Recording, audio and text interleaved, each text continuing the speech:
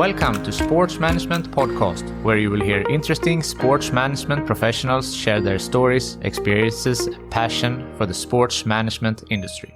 I am your host, Marcus Philipsson.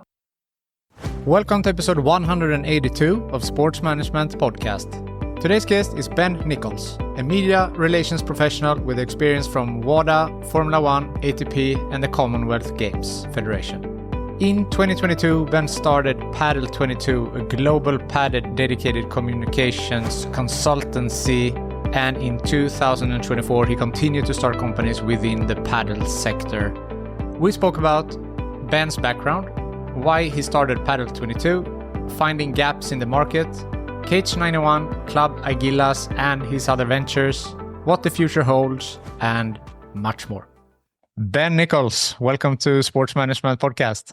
Marcus, good to see you again, and a pleasure to join you. It's great to have you back on the show. You are the only person who's been here now 3 times, and I'm really excited about it. I bring guests back when I think, there is a new perspective or something new to bring on, and you have been doing a lot of things lately that is really interesting. So, but first, just to give, if someone hasn't checked in on the previous episode, just a quick background of who you are and what you're doing.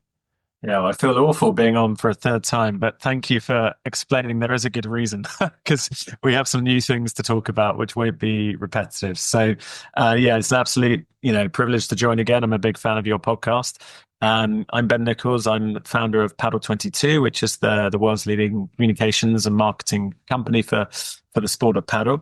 And my background is 20 years in sports PR, the promotional side of sport with media relations, strategy, stakeholder relations, and all kind of communications within the sports industry. I've worked in Formula 1. I've worked in tennis as press officer at the Dubai Tennis Championships for a few years. I worked on a very different front for the World Anti-Doping Agency as head of media relations, looking after media for the Russian doping scandal.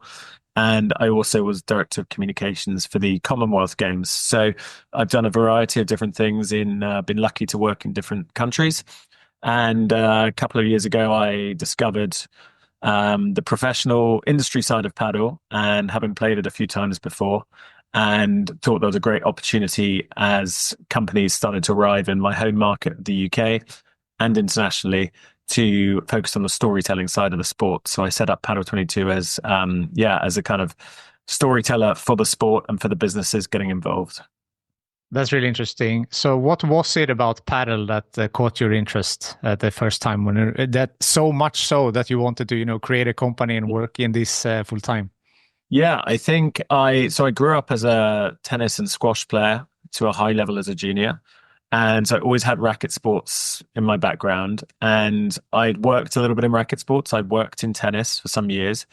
I played padel probably the first time, I want to say around 2019 in Dubai, and quickly saw the appeal of it being a bit of a cross between squash and tennis. So naturally, I was able to pick it up quite quickly.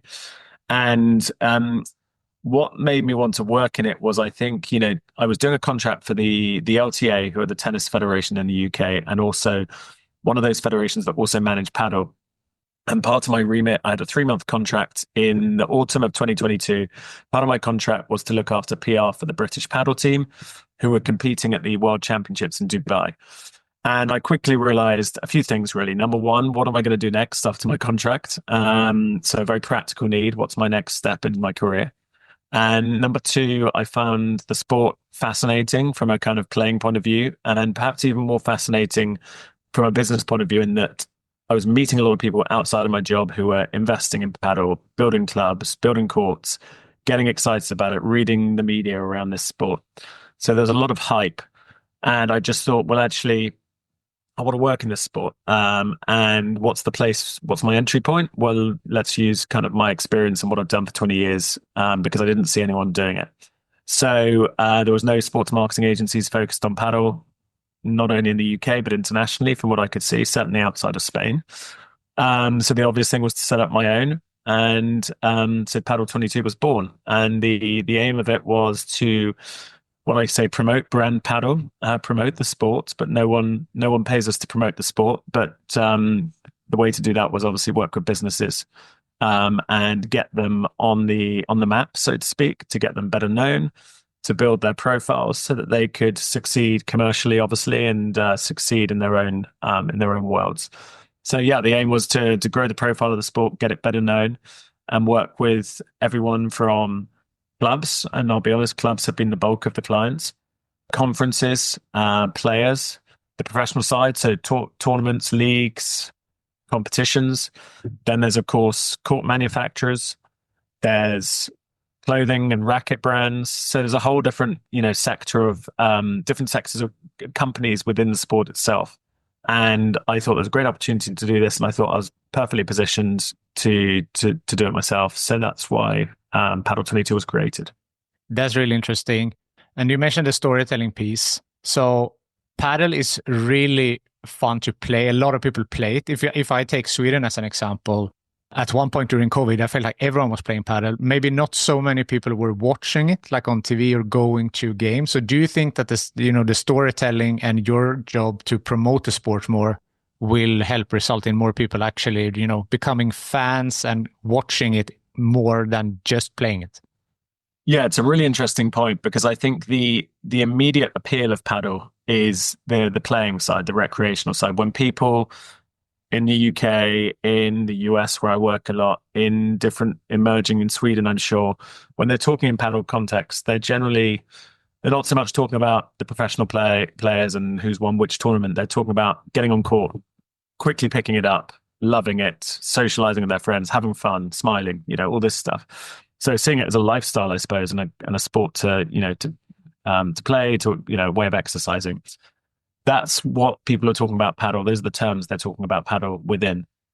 However, as a sport progresses and as it becomes more mature, I think naturally people that become obsessed with playing it will turn their attention to, okay, how do the pros do it?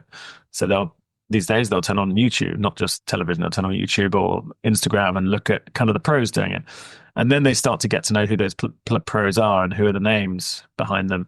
And then they start to follow the tours, the competitions. And then, so it's one step after another. And I think eventually then they start to, follow the circuit a little bit. So I don't get worried that people are not talking about, the number 1 and 2 paddle players in the world and recognizing their names. I think it is just a natural market evolution.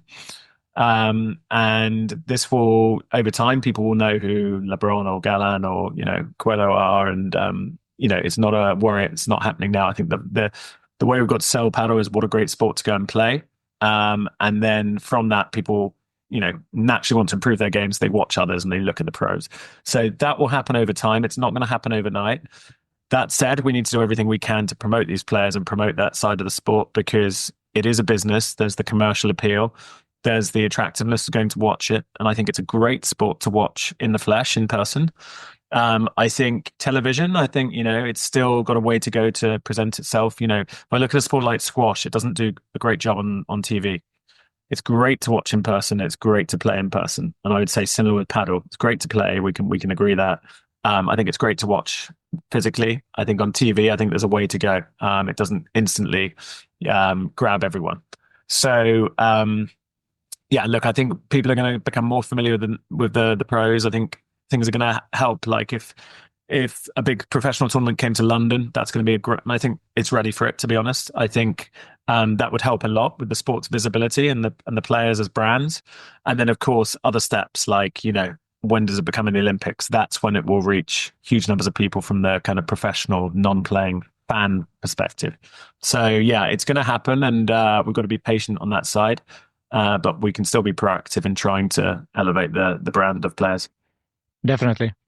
So you mentioned that, when you started, there was nothing outside of Spain that was similar. And obviously it's a global company now. You're working in different countries. So from your perspective, do you see different challenges in different parts of Europe versus US and UK, or what are some different challenges?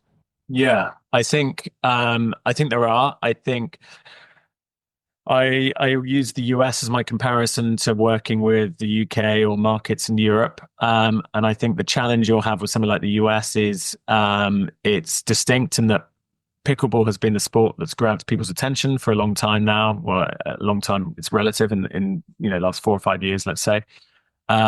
So paddle's journey there is being put in comparison to like, okay, what is this other racket sport, which is quite new, but very popular now. The challenge in the US is it's such a big country. It's got such a deep, enriched kind of sporting culture with the major leagues. So any sport to break through, actually, as pickleball has to do a hell of a job in terms of, the way it markets itself, the way it appeals to people.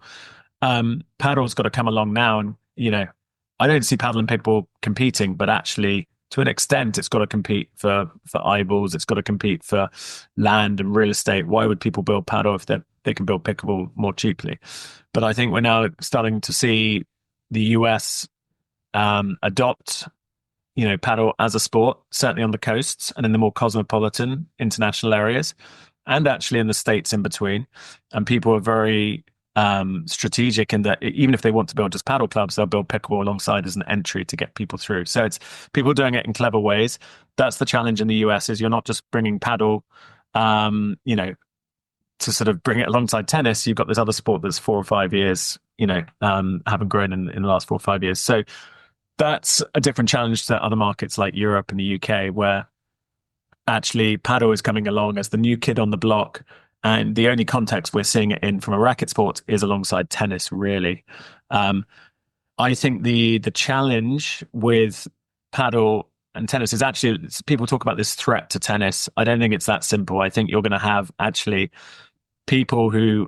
young people who get into paddle who maybe have never played tennis or don't play tennis. And actually, if they have tennis courts alongside, will start to play tennis because they'll see, okay, well, I've kind of want something new and interesting, and it's a more difficult game to play. So maybe they migrate to tennis as well. I don't think it's going to be one-way traffic of people going tennis to paddle. So I think the idea that paddle is a threat to tennis, I don't think it's that black or white. I think if tennis clubs who are struggling are actually going to succeed long term, they need to think about building paddle courts alongside and seeing both these sports coexisting and people moving from one to the other in both directions. So I see different challenges in different markets. In terms of how I promote the sport, look, I think the big challenge is how do you compete with football or soccer? Some would say, how do you compete? I'm sure in Scandinavia with hockey. How do you compete with some of the British sports here, cricket, rugby, that are very like culturally entrenched. So I come back to it's about presenting what a sport it's like to play, and the appeal that way, and then the other bits will follow. Yeah, I think because for paddle, what it has going for it is the barrier to entry is so small. You can start right away, and you see that in paddle courses from small kids to senior adults that can play, and on different levels, obviously, but everyone can play and have fun. So I think that's something that really has going for it. Then, I mean, as we talked about before, getting it more televised, getting it on TV, because that's how many people, they watch something on TV and it looks cool and they want to do that as well, or YouTube or Instagram, as you mentioned. Exactly. And actually with the younger generations, perhaps that's a point we've not mentioned, is actually, if they're seeing something show on their Instagram feed, or TikTok, maybe it is for others, that's immediately going to get their curiosity, and they're going to think, oh, what is this thing? And then they start to dig a bit deeper. And then obviously, we do things when we see it from several touch points. And then if they see a paddle court physically near them, that will resonate.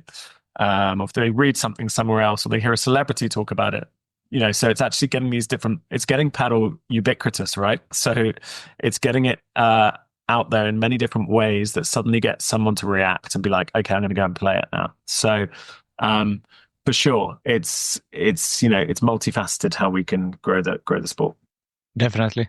Do you think it needs to have like an influencer, like Beckham was doing a lot for pickleball and so forth? Do you think that will bring a boost, or is it more, for show? No, look, I mean, it helps massively. It helps. Like people, they see someone that they respect or admire or is a hero to them. They see them play it, and absolutely, it will get them thinking, well, if they do it, I want to do it. So people are very, we're like sheep in many ways. We follow trends and celebrities and do things that they do because, that's cool or whatever. And absolutely, it has a relevance. So, and I think when they get on court for the first time, then it's pretty quickly sold. They play once. I'm still yet to find many people that don't enjoy it, at least to some extent. So, For sure. Getting a celebrity that you follow or that plays it, endorsing the sport is absolutely brilliant and is a big, obviously, part of what we're trying to do is, find who are those celebrities that are playing and how can we work with them to help grow the sport and get more people on court. So I know you have done or worked along very interesting companies and projects lately. So are there any examples like case studies or examples that you can share? How long have we got? We got time.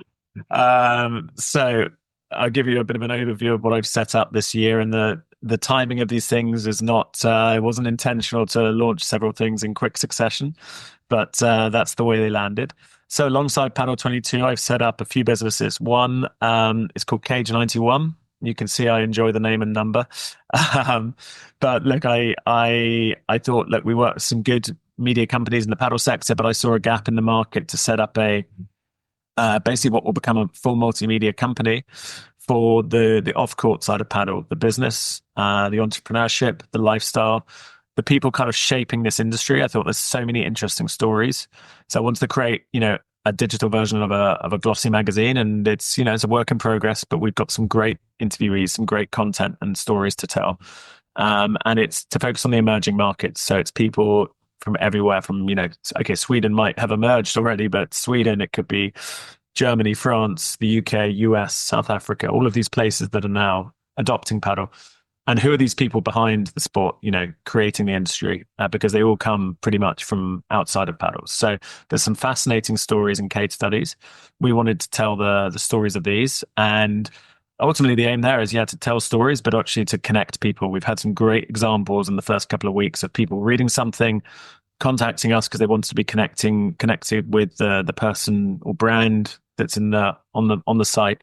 So it's a great kind of facilitator and connector as well. So we could set up that multimedia company, Cage 91.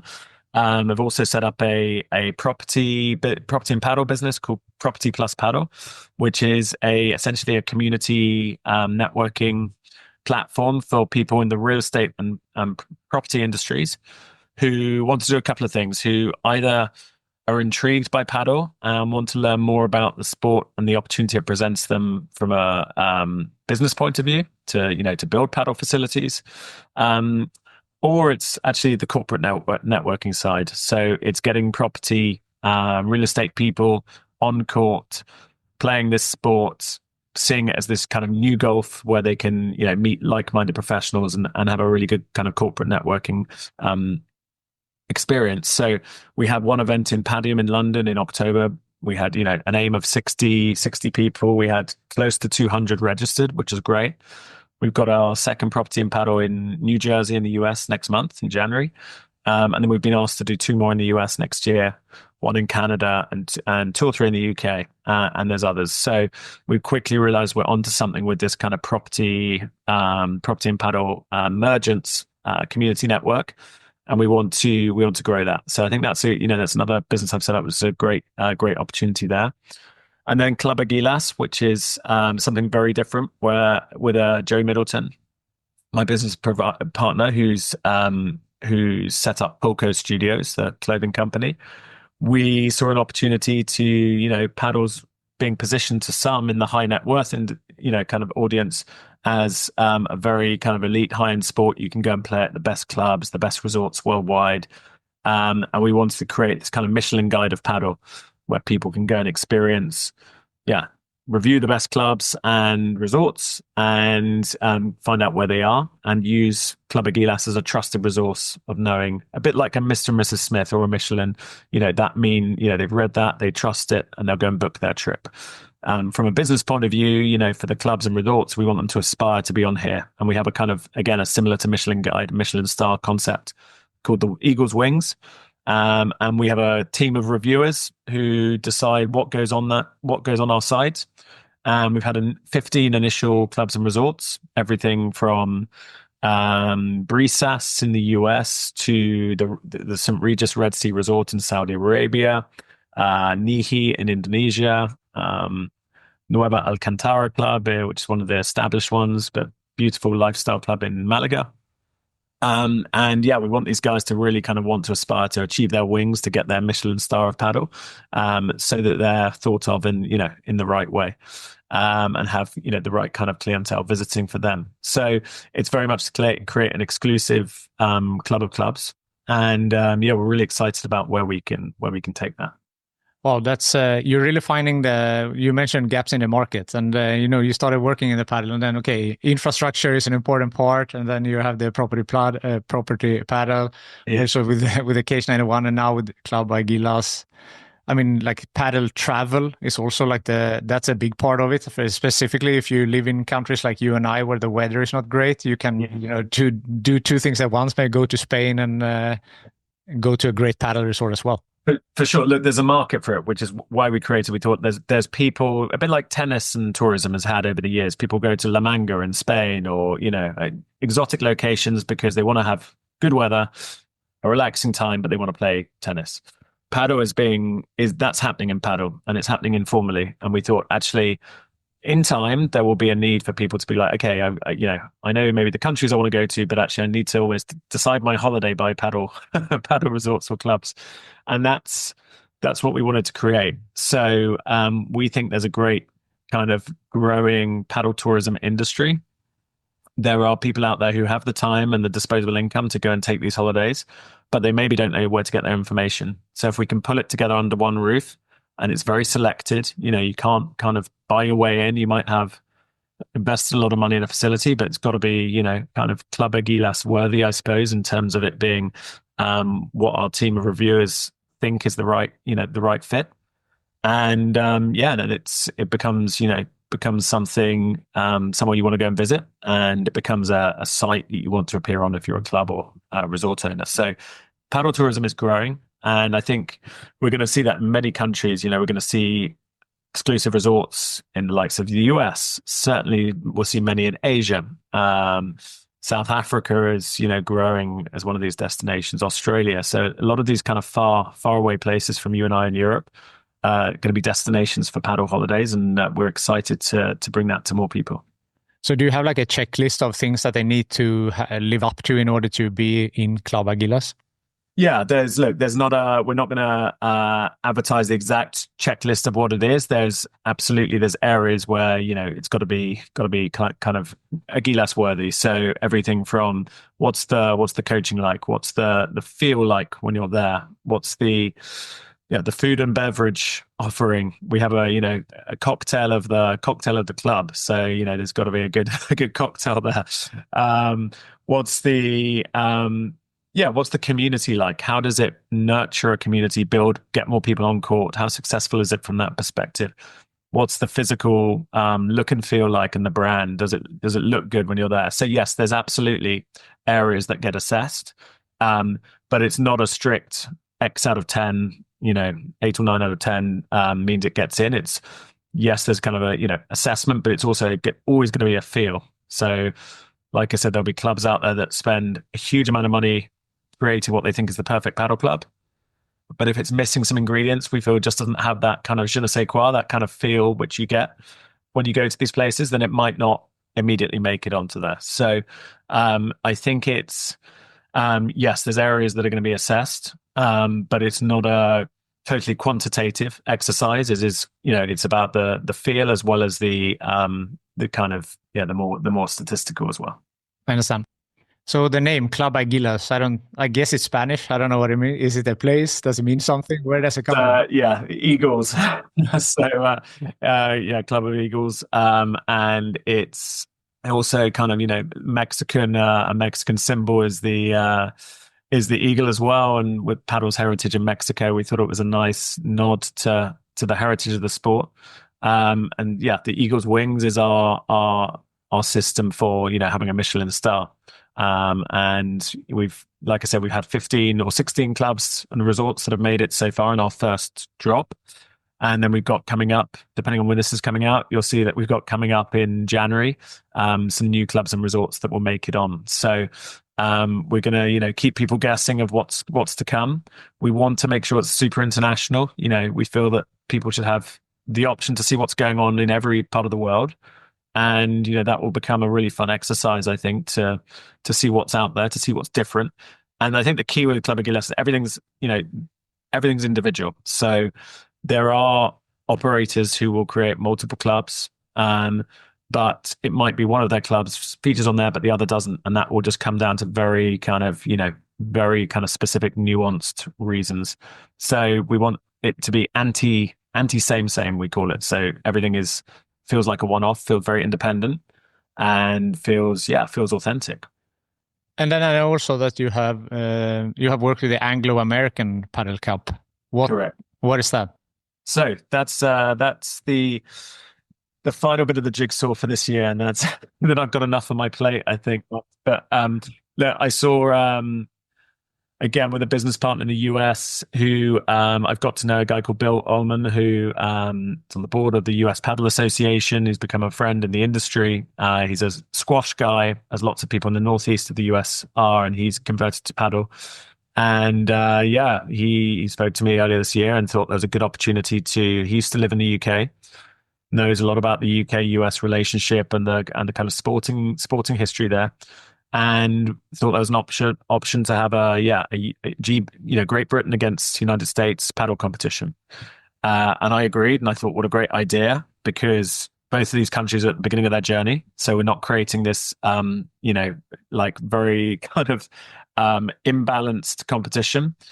And I thought that was a great story there. And obviously, I'm always thinking of what's the narrative and story behind this. And I thought, if you go back in history, the America's Cup sailing, the Davis Cup tennis, Ryder Cup, it all started as Britain, America. They've obviously evolved, but that was the history. What a great opportunity to create a clever bit of history, but with a new twist, right? So it's these very kind of history countries with a great sporting rivalry, but who are new kids on the block. So we thought there's a nice twist, an ironic twist there to create, this story, but in paddle. So yes, it's that. It's Britain against America in paddle. It's in New York in May, at Paddle House in May 2025. And then it will be alternate years. So 2026, we go to London, and then we'll go back and back and back. So so look, it could be different locations in both countries, but the idea is it's going to be different categories. So we have 60s age group, 50s, 40s, and open. So open being the best players we can get from under 40s. And 4 players in each category, men and women. And we have an overall winner, America or Britain. And everyone's obviously competing for their pair, for their age group, but everyone wants to contribute, a bit like the Ryder Cup, for the overall prize. And our aim is to get the best players we can find in both countries. We've got some captains appointed, and they are appointing their own teams of 4 people.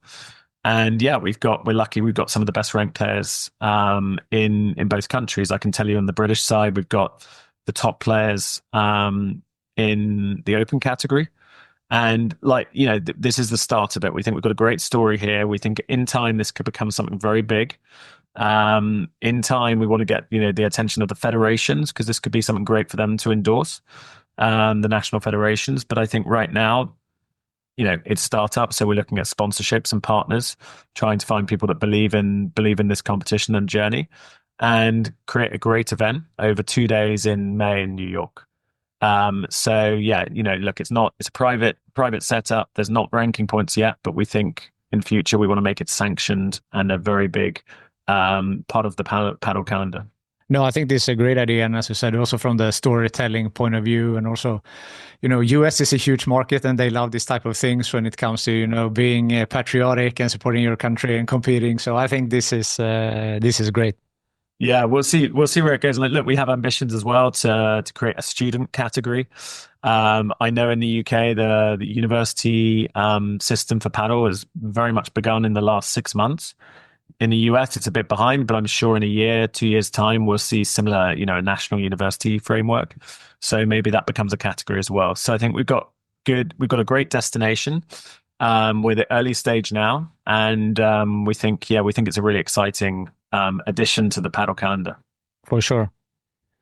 So we are closing out 2024 here, and you have been busy, to say the least. So, having Padel 22 and then Club Águilas, probably plus Padel, Occasion Anyone, and all this, how how do you manage your time? How do you making it work? It's several companies with different, angles into paddle. So how are you structuring all of this to make it work? Biggest challenge, as anyone would say, is time, and also working, figuring out the right team to make things advance and to execute on the ideas. I have to be very strict with kind of my time planning for the week. Paddle 22 is the day job. That's what's most established. That's continues to be the number one priority in growing that. But I have to kind of, from a very practical point of view, compartmentalize my week, put certain time to these different projects, we're assembling teams around these different businesses so that we can find people who are passionate about them, who want to help us progress them. So, at the beginning, it becomes, who are the teams we can put to this to make sure they progress? How do we monetize them as well, sponsorship, etc. And obviously with that comes the opportunity to scale them and bring on team members and stuff. So it becomes you're constantly learning from it. And there'll be times when you're putting more time to one business and then you need to step away because you've neglected another area. So you've got to constantly juggle. Unfortunately, we can't clone ourselves yet. So we have to find ways to I am as impatient as the next entrepreneur, and that I want to progress these things quickly, but in the right way. But you have to be realistic. So doing these right doesn't come overnight. It means, looking at it for the long term. So look, I don't know if that answers your question, but it's about just trying to be structured, systematic, find team members who can add value, and trying to get the most impact, I guess, for the least time and resource possible. So what are the things that are going to carry this further? What are the things that are distraction or maybe a waste of time? And really picking the right things, the right use of time and resource to make progress. Yeah, no, that's a great answer. It makes perfect sense. And, creating a great team, as you said, so you'll be able to maybe take one step away from some tasks and have a great team that handling that, so you can oversee the other companies as well. Exactly. And I hope we'll see you in maybe Club Águilas reviews soon, Marcus, and on the yeah, for sure. That was 2024. We are 2 weeks, something away from 2025. So what does the future look like for Ben Nichols and Paddle 22 and all the other adventures? I think 2024 has very much been building these new businesses year. 2025, I don't want to say there won't be new ideas that come up, but it's about consolidating, growing them, and really, continuing to advance our ability to work in different countries with Paddle 22. I think it's about big growth in the US, big growth in the UK from our business point of view. I think as well, it's about starting to work in some new markets we've not worked in, particularly Australia. I'd like to be starting to work in some of the GCC countries. I'd like to be doing some more work in. So I think it's, starting to operate in different markets and have the right team members on the ground who can help us work with clients there. That's from Paddle 22. And I think the other businesses, I think it's continuing to grow their visibility. Anglo-American, it is about executing a great first event. So it's stability and it's growth. And it's, I think, keeping focused on what we're doing well and doubling down on that. Sounds good. Now you mentioned, expanding into Australia, and also how is the Arab world when it comes to paddle? I know you have lived in Dubai for a couple of years, so and they obviously have the funds if they want to, invest in something. So how has the interest been in that area of the world? Look, I think purely from the sport of paddle, I think it's somewhere like the UAE. Some people are saying, oh, it's plateauing. They're noticing what happened in Sweden. Then they're not by any means saying that's happened there, but they're saying it's not continuing at the same growth rate. I think it's reached its level of enough clubs for the population of paddle players. So that's interesting in that, we get excited about the hype, but actually we need to also look at, okay, is the market there mature enough, and just how do we make it run well? And how do we promote paddle there well? without needing to create too many more places for people to play. Otherwise, we get a demand and supply issue. So I would say it's one to watch in terms of, will it stagnate, the market there? Has it reached its saturation point? From an ambition point of view, look, there's nowhere in the world more ambitious with big projects, with great ideas, with wanting to get the best international stars there. I'm sure we're going to see more professional paddle competitions there. I'm sure we're going to see more academies and sort of centers of excellence, because I think they're ambitious. They want to bring the world's best there. The GCC countries do a very good job of, they want to be on the international map. So I think we're going to see more of those type of entities, maybe fewer clubs getting built because of the reasons I just mentioned. So look, there's growth in different ways. There's growth of facilities to play, but there's also growth of other sectors within paddle. So I think we're going to see the latter. Yeah, it's interesting to follow. Anything else before we sign off here? Anything you want to leave the listeners with? No, look, I think, what everyone likes to do these predictions for the following year, right? And I think my predictions are that, no surprises here. We're going to see a very big year for paddle in America. Very big. We're going to see the first Premier Paddle event. We already see a Hexagon Cup team from the US. We're going to see a lot more clubs fill state by state. We're going to see a lot more attention in the media on paddle. So paddle in the US, watch this space. It is a big year, 2025. I think start to look at Asia from a kind of prediction point of view, start to see some of the markets in Asia outside of Indonesia, where it's already quite developed.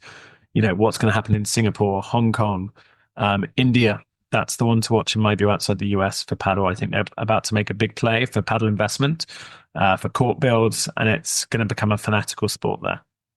So I think looking at some of these emerging territories is going to be fascinating.